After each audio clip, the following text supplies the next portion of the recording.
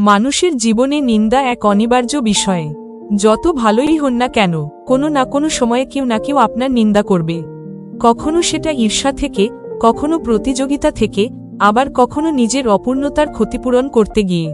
নিন্দা যে কারণেই হোক, সেটার জবাব কিভাবে দেওয়া উচিত তা নির্ভর করে বুদ্ধি, ধৈর্য এবং পরিস্থিতি বোঝার উপর।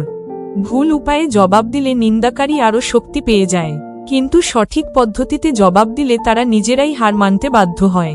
প্রথমে বুঝতে হবে নিন্দা আসলেই কতটা সত্য।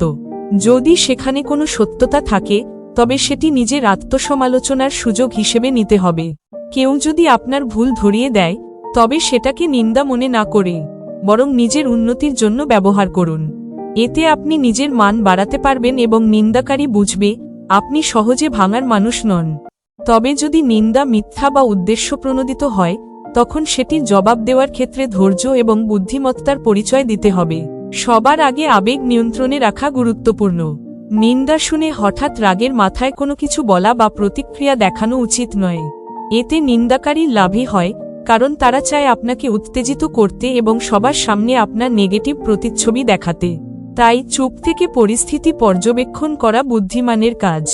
কখনোই তাদের ভাষায় কথা বলবেন না, কারণ নিচু মানসিকতার মানুষের সাথে একই রকম আচরণ করলে নিজেকেই ছোট করা হয়। বরং নিজেকে এমনভাবে উপস্থাপন করতে হবে যাতে অন্যরা বুঝতে পারে আপনি কোনো রকম নোংরামির মধ্যে যেতে চান না।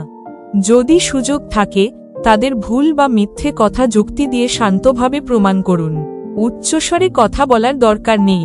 শান্ত কণ্ঠে যুক্তিসঙ্গতভাবে কথা বললে অন্যরাও বুঝতে পারবে কে ঠিক এবং কে ভুল।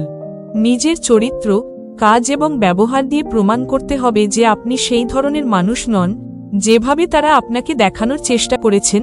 নিজের কাজ এবং সাফল্যই আপনার সবচেয়ে বড় জবাব।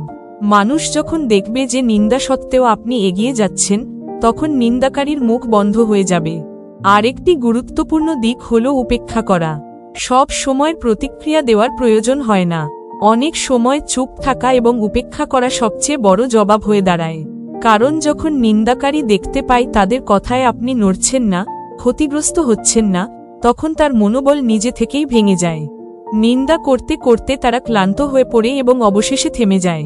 সবচেয়ে বড় বিষয় হল নিন্দার কারণে নিজের লক্ষ্য থেকে বিচ্ছিন্ন হওয়া যাবে না। নিজের মনের শক্তি ধরে রাখতে হবে এবং আরও দৃঢ়ভাবে নিজের কাজ চালিয়ে যেতে হবে। নিন্দা যখন আপনার সামনে আসবে, তখন সেটিকে পেছনে ফেলে সামনে এগিয়ে যান। নিন্দাকারীর সবচেয়ে বড় পরাজয় হল আপনার অগ্রগতি। যখন আপনি সাফল্যের চূড়ায় পৌঁছাবেন, তখন তাদের নিন্দা শুধুই বাতাসে মিলিয়ে যাবে। তাই নিজের স্বপ্ন, কাজ এবং আত্মবিশ্বাসী হবে নিন্দার সবচেয়ে শক্তিশালী জবাব। ধন্যবাদ।